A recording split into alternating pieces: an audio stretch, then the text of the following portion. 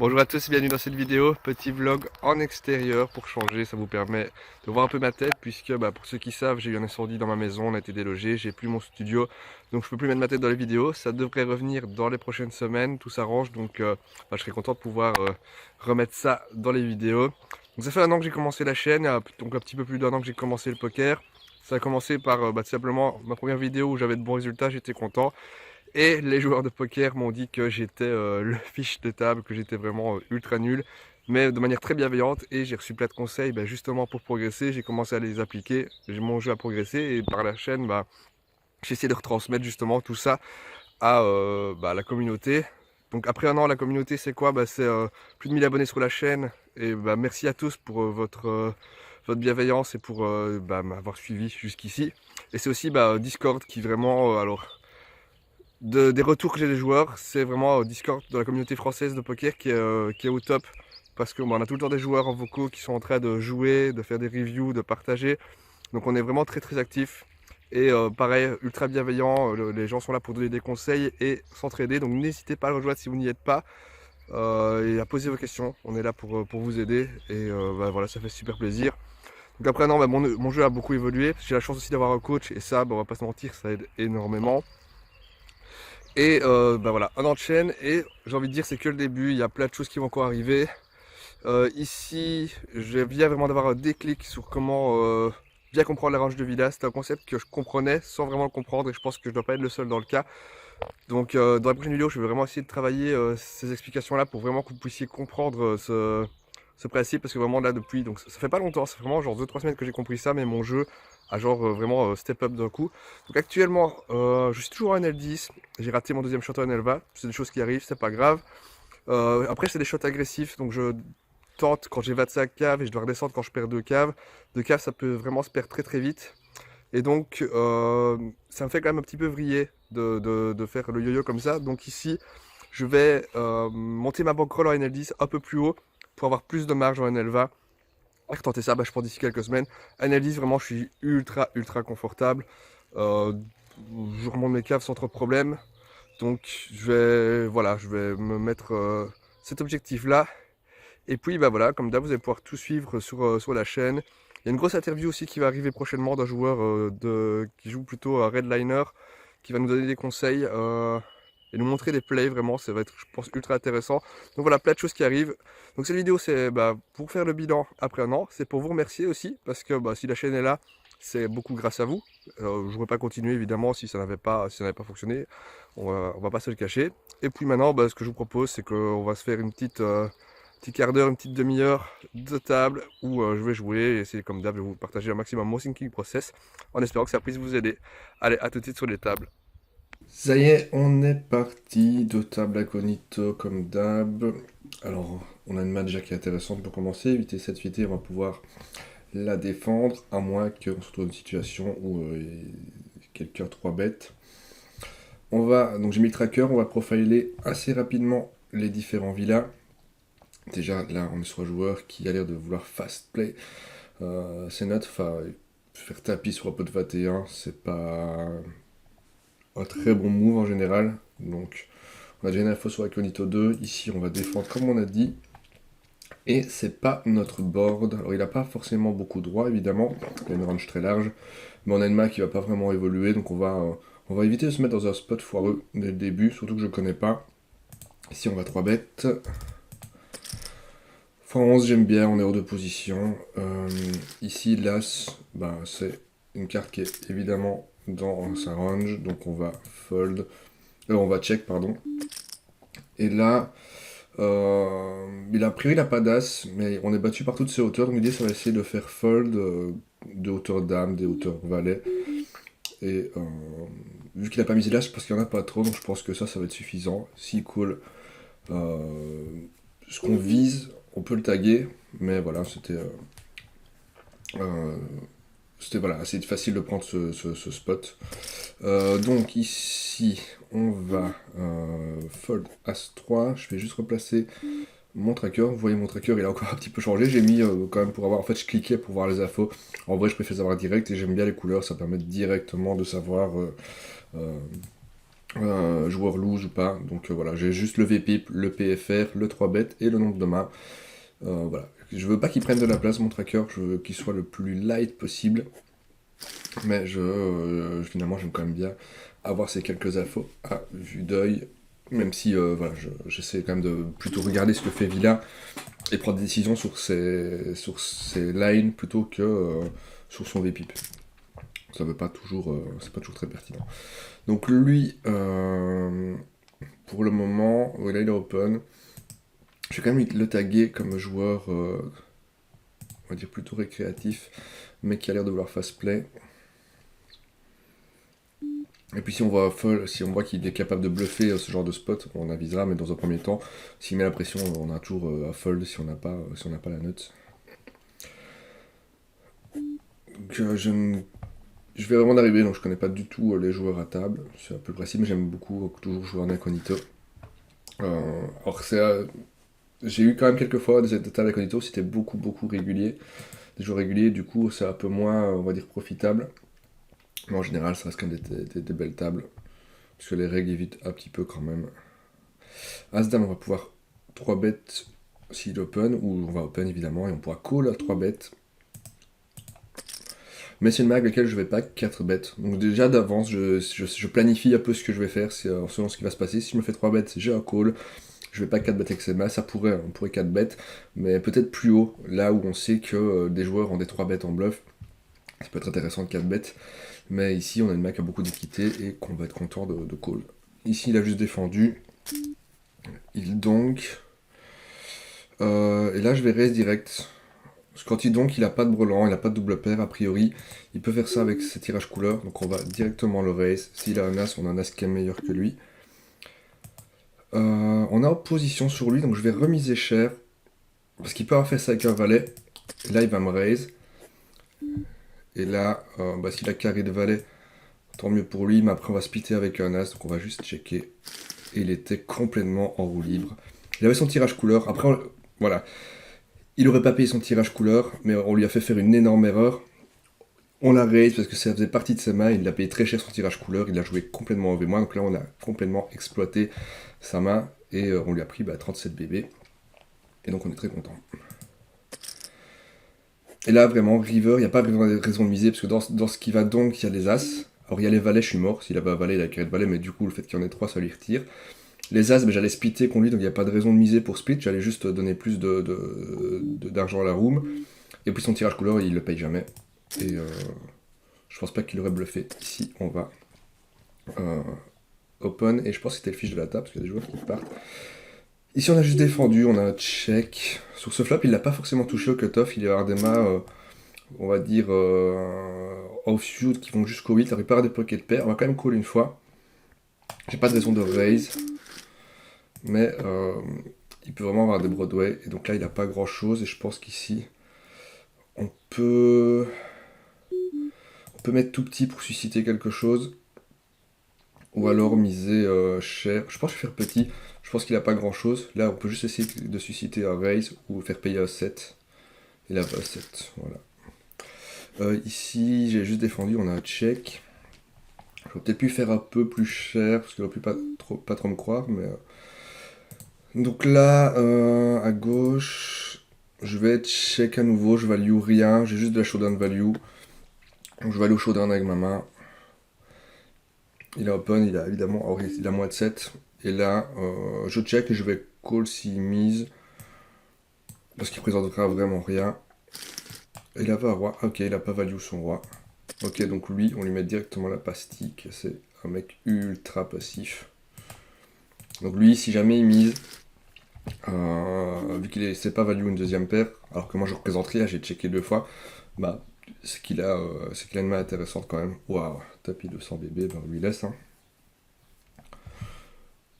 S'il a une paire d'as, c'est tellement mal joué. Et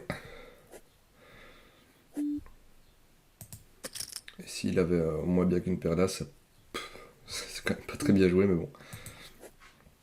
Qu'est-ce qui va call? Moi si j'ai une paire d'as, une paire de rois. Deuxième, As-Dame de pique ici à gauche, on va voir si ça nous Réussi comme tout à l'heure. Ici, on peut se bet un tiers. Ils ont des ranges très larges. Ils ont pas mal de pocket pairs qui peuvent fold sur mi-pot, je pense. Et si ils call, on va give up évidemment. Ici, on call le 3 bet. On va check back. Et là, sur le 10, on a la note. Je pense qu'on peut overbet à 19. Il peut nous payer. Il peut payer une dame tout à l'heure. Et peut-être même un 7. Donc s'il a brelan, il va jamais le lâcher. Ici, on va check back.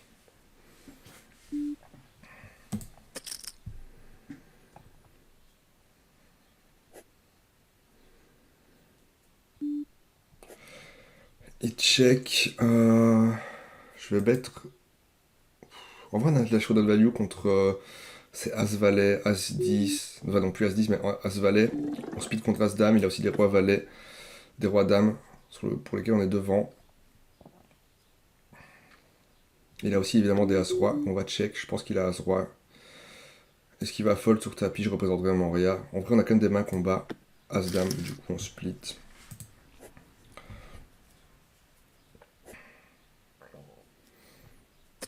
Évidemment, il a beaucoup de As-Roi quand il 3 bêtes comme ça, mais voilà, on a quand même des combos combattés. Je pense que je représente tellement rien.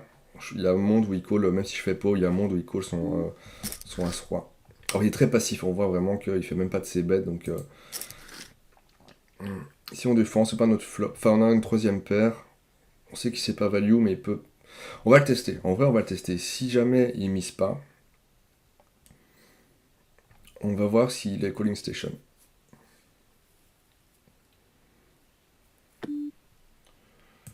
Ici, on va bet un tiers. On a quand même une paire. Donc on value ses tirages couleurs. Et a priori, il n'en avait pas. Valet de suité. Le joueur a l'air plutôt reg. En vrai, cette table-là, ça va être plutôt reg. On va changer de table. Je vais regarder si j'en trouve une autre en incognito. On va rejoindre celle-là. On a un joueur qui n'est pas KV, qui est probablement récréatif. Ici, on va quitter à la prochaine big blind. Donc, c'est-à-dire la prochaine main.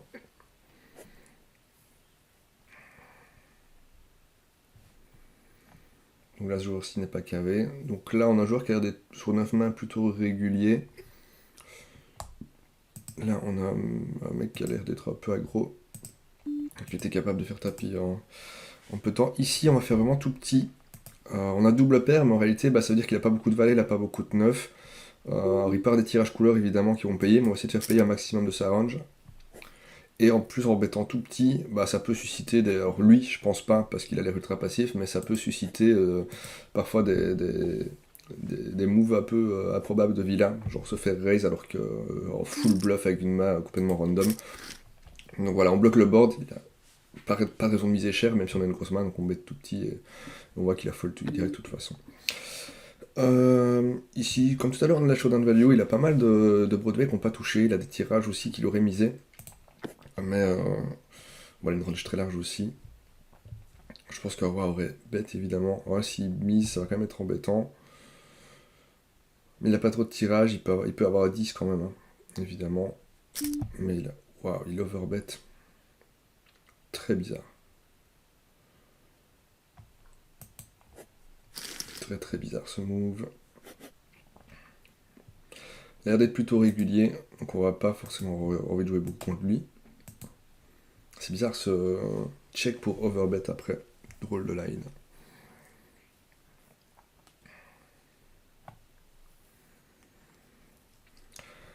Là, on a un joueur qui a l'air donc tagué en bleu, plutôt récréatif et plutôt agressif quand même.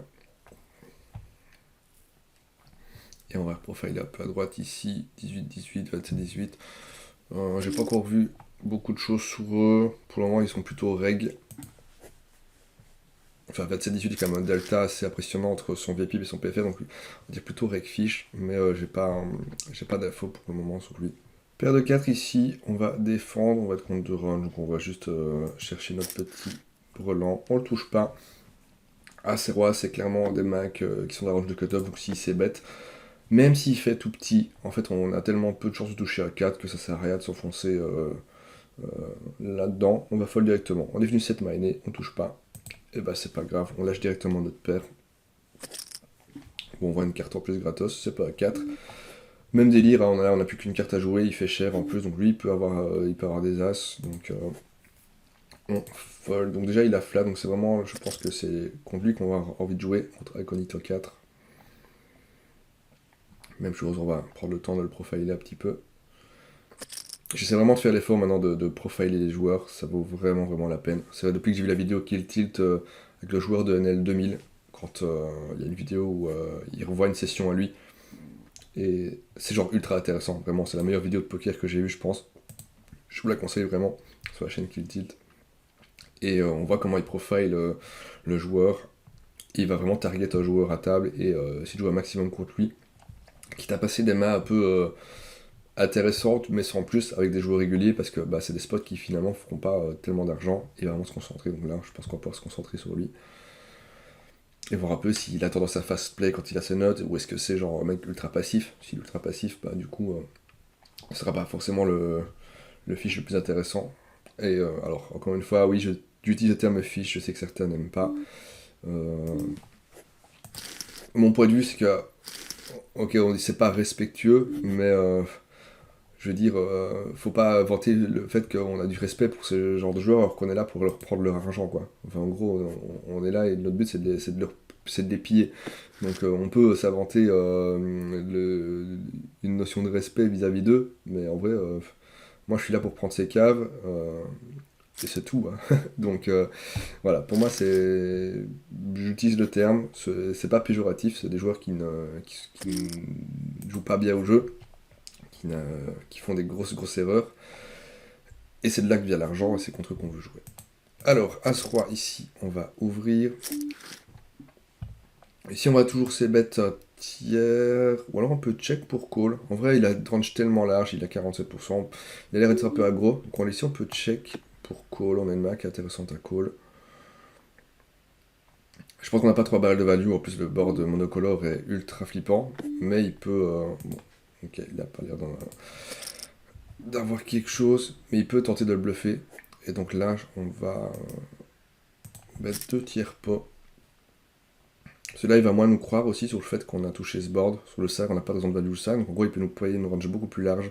Il peut nous payer un 9 par exemple, en pensant qu'il est nut. Ici, on sera en position sur lui, mais Dame 9 c'est un peu loose, je le connais pas, j'ai que 4 matchs, je sais pas si 3 bêtes beaucoup, donc ça va fold, on va vraiment pas se mettre dans ce genre de spot pour le moment. As-Dame ici, on va open, ou 3 bêtes s'il y a des joueurs ici, ouvre, donc lui il a l'air d'être plutôt neat, je vais le taguer neat, mais en gros neat, c'est... Alors il y a des fiches qui sont neat, il y a des règles qui sont neat, donc ça ne nous donne pas vraiment d'infos, il est équilibré on va dire, il a quand même 3 bêtes un peu, donc j'ai tendance à penser qu'il est plus...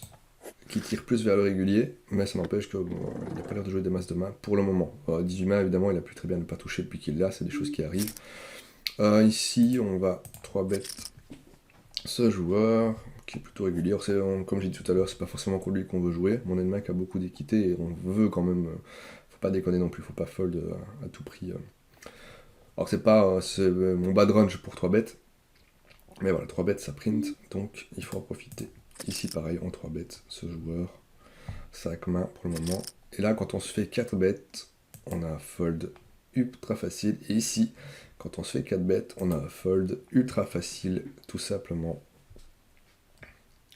Et je vous conseille vraiment, si des débutants regardent, de ne pas vous attacher à As-Dame off. Surtout que là, je suis en small blind, je vais être hors de position, ça va être injouable. As-Dame suité, on peut call, parce que si on a une carte, on va souvent avoir du backdoor au flop, et donc backdoor, c'est-à-dire qu'on peut avoir avec notre paire qui est colorée, une troisième carte de la couleur, et du coup, on peut payer au moins une fois. On peut payer le flop si le joueur ne fait pas sizing démesuré. Mais As-Dame off, c'est vraiment injouable, c'est 4 bêtes. Mais là, je me suis fait 4 bêtes, donc je peux pas faire tapis avec. Si on fait 3 bêtes, c'est plutôt 4 bêtes ou fold, mais on va rarement la call. Ou éventuellement, si on est au bouton, on peut call contre la small blind ou la big blind, parce qu'on va être en position, ce sera un peu plus jouable. Mais il faut savoir jouer post-flop, il faut savoir tenter des bluffs aussi, dans le cas où on n'a pas touché. Et qu'on estime que le joueur qui a raise n'a pas touché non plus.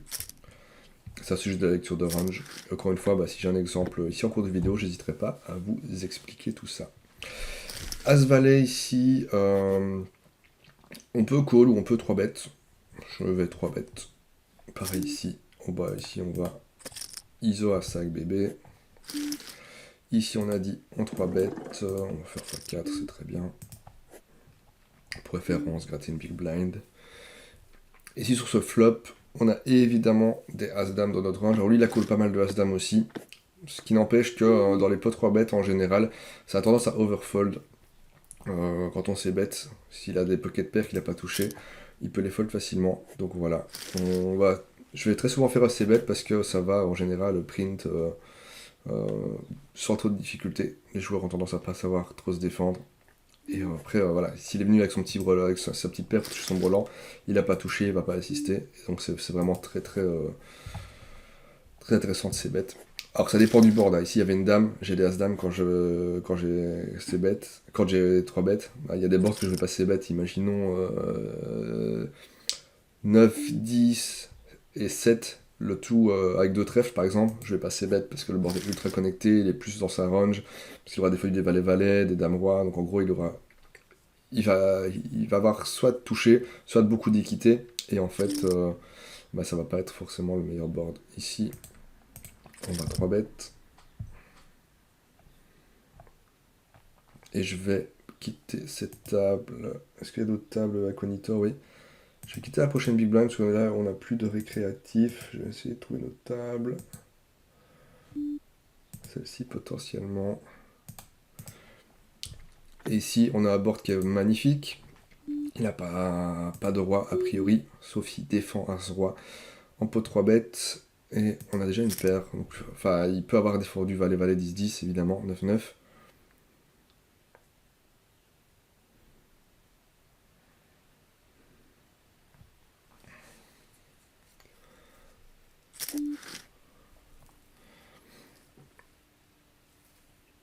Je vais 2 barrels.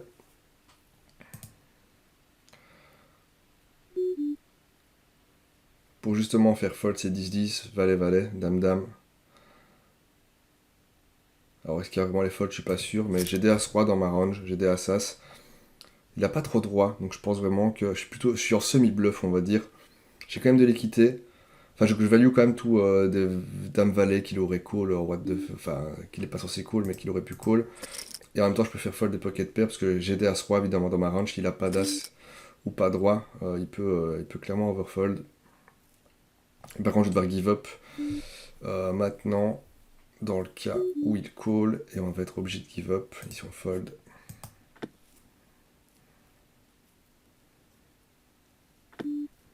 Et il a call avec. Voilà, As-Dame, vraiment. Alors, il avait un tirage couleur, mais il avait pas la cote. Donc vraiment, il fait une énorme erreur. Déjà, limite. Non, ouais, je pense qu'il doit call flop, mais. Mais. Ouais, délicat le call à la turn. Alors en vrai, son call turn peut être bon dans le cas où il a identifié que je suis affiche et qu'il sait que s'il fait tapis, s'il donc tapis, enfin s'il fait tapis river, je paye. Parce que si je paye, alors il fait beaucoup d'argent. Il a une cote implicite dans le cas où il me prend mon tapis. Mais là, quand il call, si la couleur sort, il me prend rien en fait. Il va pas me prendre plus, donc en vrai, son call est pas bon pour le coup. Enfin, il peut pas le savoir en réalité, mais voilà. En gros, il aurait pas pu nous exploiter, mais nous on a pu exploiter une erreur du fait qu'il a payé trop cher à la turn. Ici, on repasse à 2 tables, on est à 22 minutes, alors on va faire encore un quart d'heure, une demi-heure, donc on va encore faire une dizaine de minutes. Paire de 7, on va open. La session qui se passe bien, on a des mains intéressantes.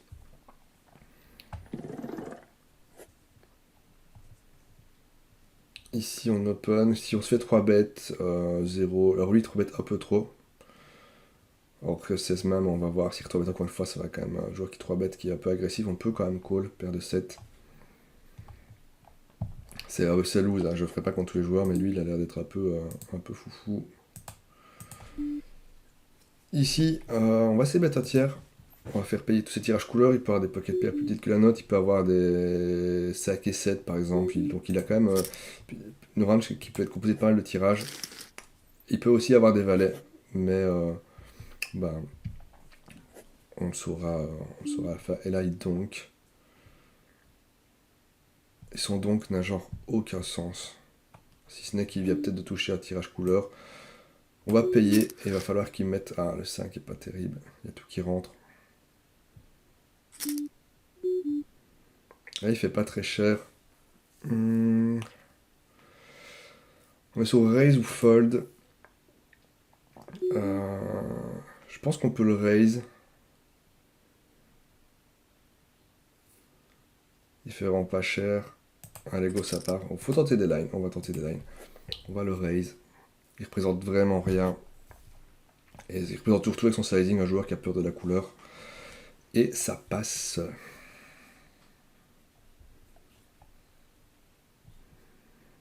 Je sais pas ce qu'il a donc. Ça n'a pas de sens. Sa line n'a vraiment pas de sens. Payer flop pour donc sur le 10. Bah, il a touché son 10, je sais pas trop. Je comprends pas. Et quand on comprend pas, bah, ça peut parfois être intéressant comme j'ai fait de raise. Et là on voit vraiment que son sizing nous a tout dit quoi. Donc on va laisser en bleu foncé, c'est un joueur qui fait un peu des dingueries. Ici on peut call ou 4 bet. Je connais pas le joueur. On va call gentiment. Et là on a un flop qui est pas terrible pour lui. Bon, qui est pas forcément terrible pour moi non plus.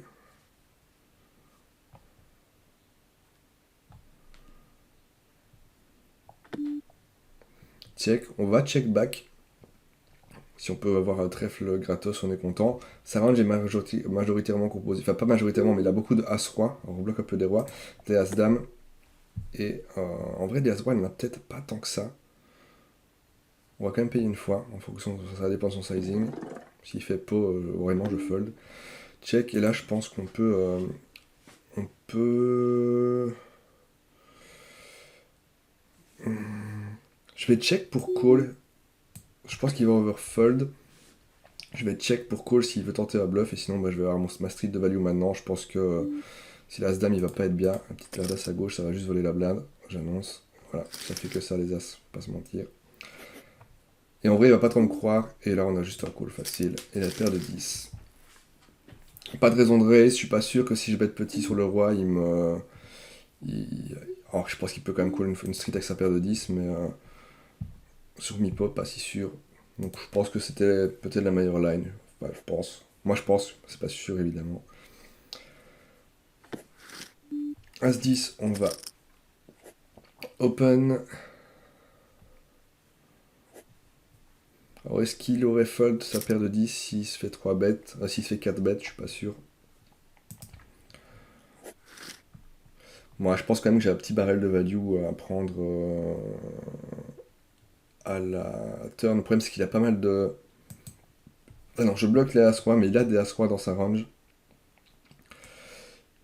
Ici, je pense que je value tous ces Broadway, Roi-Dame, Roi-10, tous ces As-Six, enfin beaucoup de As-Six, donc je pense qu'on peut ces bêtes, on value, et en même temps on peut faire fold peut-être des... Enfin on fait fold de l'équité de toute façon, s'il fold des 9 qu'un 9 sort, bah, on est content qu'il est pas, qu'il est fold, donc... Et on value aussi pas mal... En fait il a une range tellement large, on value pas beaucoup de mains dans sa range, et en même temps on fait fold pas mal de mains qui ont l'équité, donc en gros je pense que ces bêtes ici c'est toujours bon. Et s'il nous raise, en fait, le board est tellement sec, tellement dry. Dry, c'est. Ouais, c'est sec. Qu'en fait, on a un fold presque instantané. Parce que il sera sur un brelan, en fait, tout simplement. Parce qu'il n'y a pas trop de double paire. Il va pas défendre 6 et 3. Il va pas défendre Valet 3, Valet 6. Valet 6 peut-être aussi, c'est suité, mais vraiment. Donc en fait, il aura une main qui va être très. Très strong. Ici, on va toujours faire le c-bet au tiers. Il a ouvert assez tôt. En vrai, il part des valets-valets. Mais encore une fois, ça va overfold. On est hors de position, c'est embêtant. Donc, je préfère mettre le c-bet maintenant que de subir l'action. Ici, on check et on pourra call au moins une fois. Et là, même s'il fait cher, si j'ai pas la cote, je vais call. Parce que si un cœur sort, je peux donc. Et je pense que je lui prends tout. En vrai, il me laisse la cote. Voilà, et là on fait Un moment de réflexion. Et on va donc...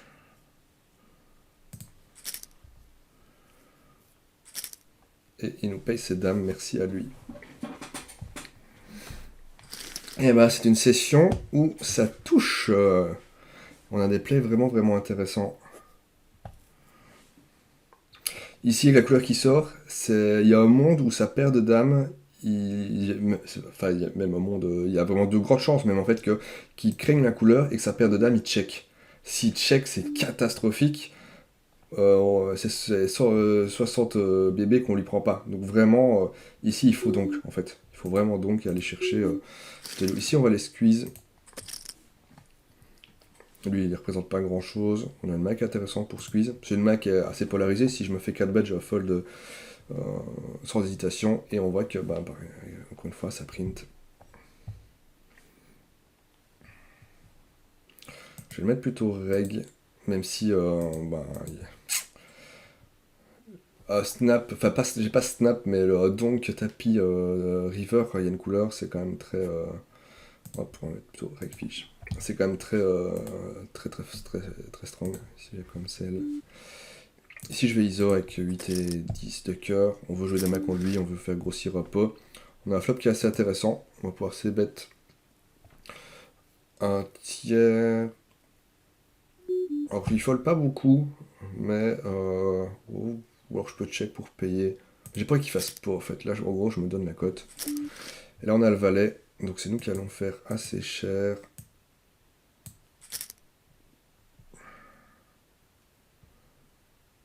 Il a une range éclatée, s'il me raise je vais toujours call. Faut pas tenir la vision sur le fait qu'il a un full. Dommage. Dommage, on n'a pas pris plus.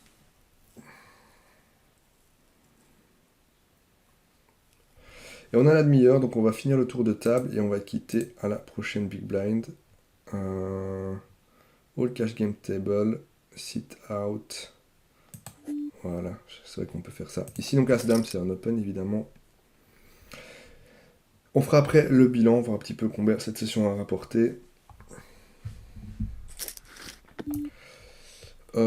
Ici typiquement, c'est pas mal connecté à la range qu'il a défendu, donc je vais plutôt checker et aviser à la turn. Un As c'est formidable. Si mise on a évidemment un call, on a des As bien meilleurs que le sien. Et on peut tenter de value. Je vais faire petit. En vrai, je vais faire cher. Très cher même. Enfin, pas très cher, mais je vais faire 80% un peu. Il a des tirages. Il peut avoir des valets dames. Je peux que valet dame. Il peut avoir aussi des 7 et 8 qui va call. Il y a que deux couleurs, donc il va payer. Il a pas mal de tirages en fait. Et ces tirages, je pense qu'il va les payer cher. Et comme c'est des tirages, ce sera facile pour nous de fold si jamais il monte de la force par la suite. Donc je pense qu'il va le mieux payer cher. Et là, il avait rien, s'il a rien, il paye pas. Donc voilà, je pense que c'était plus intéressant de faire cher ici. Donc voilà, j'essaie vraiment de vous donner à chaque fois mon raisonnement, pourquoi payer cher, pourquoi payer pas cher. Et là, on a vraiment, je pense que c'est une des meilleures sessions que j'ai pu record depuis le début de la chaîne. On a vraiment des plays intéressants. Alors en vrai, ça passe bien, on va pas se mentir. C'est une session où j'ai bien touché. On va dire, les planètes se sont bien alignées pour moi. Je vais jeter un œil. On a fait, ouais, j'ai pris plus de 2 gaves. Je vous montre ça juste après, dès que j'ai fini les 2-3 mains qui restent. Et donc voilà, j'espère que cette réflexion, alors je sais qu'il y a forcément des joueurs plus avancés qui regardent et qui sont des fidèles abonnés de la chaîne depuis un petit temps, mais je sais qu'il y a aussi beaucoup de débutants qui tombent sur mes vidéos. Donc voilà, j'espère que le fait que je raisonne tout comme ça peut vous aider. Si vous avez des questions, comme j'ai dit au début de vidéo, dans la petite intro, vous pouvez les mettre en commentaire de la vidéo YouTube, forcément. Et n'oubliez pas le petit like d'ailleurs, ça aide au référencement, ça fait grandir la chaîne, donc ça c'est super cool. Et si jamais vous avez des questions, vous avez le Discord aussi, où il y a vraiment une communauté au top. Une communauté qui est ultra bienveillante, qui est là dans l'entraide, dans le partage, et franchement, moi ça m'a vraiment aidé énormément à progresser. Et moi, mais beaucoup d'autres aussi qui sont là-bas, sont là pour vous répondre. Si vous partagez des mains, vous avez des questions, est-ce que vous avez fait une erreur ou est-ce que vous avez pris la bonne line, il y aura toujours quelqu'un qui va vous répondre. Et donc, n'hésitez pas à rejoindre, le lien est dans la description. Donc comme je disais, hop, on met Winamax ici. On a fait 2 caves ce matin. Et donc, en vrai, là, je pourrais tenter un shot en NL20. J'ai les 25 caves, mais je vais plutôt faire monter ma bankroll encore en NL10 où je suis très confortable. J'ai envie de continuer à travailler ma redline. Donc en fait, là, j'ai nettoyé mon tracker. Je vous partage ça avant la fin. J'ai nettoyé mon tracker. J'ai vraiment, vous avez vu tout à l'heure, j'ai raise quand le joueur a misé à la river qui présentait pas grand chose. Je suis en train d'essayer de développer un jeu beaucoup plus agressif. Enfin, agressif, mais de manière, on va dire, intelligente. Donc j'ai bien touché. Et j'ai commencé à retraquer. Et là, on peut voir, voilà. Mon objectif, c'est vraiment d'essayer d'avoir aussi une redline qui est pas baissière. Et là, pour le moment, donc évidemment, 731 mains, c'est que dalle. C'est rien du tout. Ça veut rien dire. J'ai eu, comme cette session-ci, vraiment beaucoup de setups très favorables. Mais ça me permet justement de retraquer de manière plus. J'ai vraiment un raisonnement qui est vraiment monté d'un niveau. Comme je disais en introduction, j'ai eu des clics. Et donc je veux traquer maintenant que je suis capable de mieux réfléchir et prendre des décisions et aussi de pas give up quand je pense que Villa n'a rien et oser mettre le raise ou le bet en plus. Donc voilà un petit peu. On va suivre cette courbe, cette nouvelle courbe. Parce que voilà, c'est vraiment le jeu. Là, je suis vraiment en train d'appliquer le jeu que je vise depuis des mois et des mois. Et j'espère que ça va durer. Et je me réjouis aussi de voir comment ça va tenir, comment vont tenir les cours, comment elles vont évoluer dans des phases de jeu où je vais vraiment pas toucher, parce que ça va arriver forcément, comment ça va se passer. Donc voilà, merci d'avoir suivi cette vidéo jusqu'au bout. Je vous souhaite une bonne fin de journée, bon grind, et à bientôt. Ciao ciao tout le monde.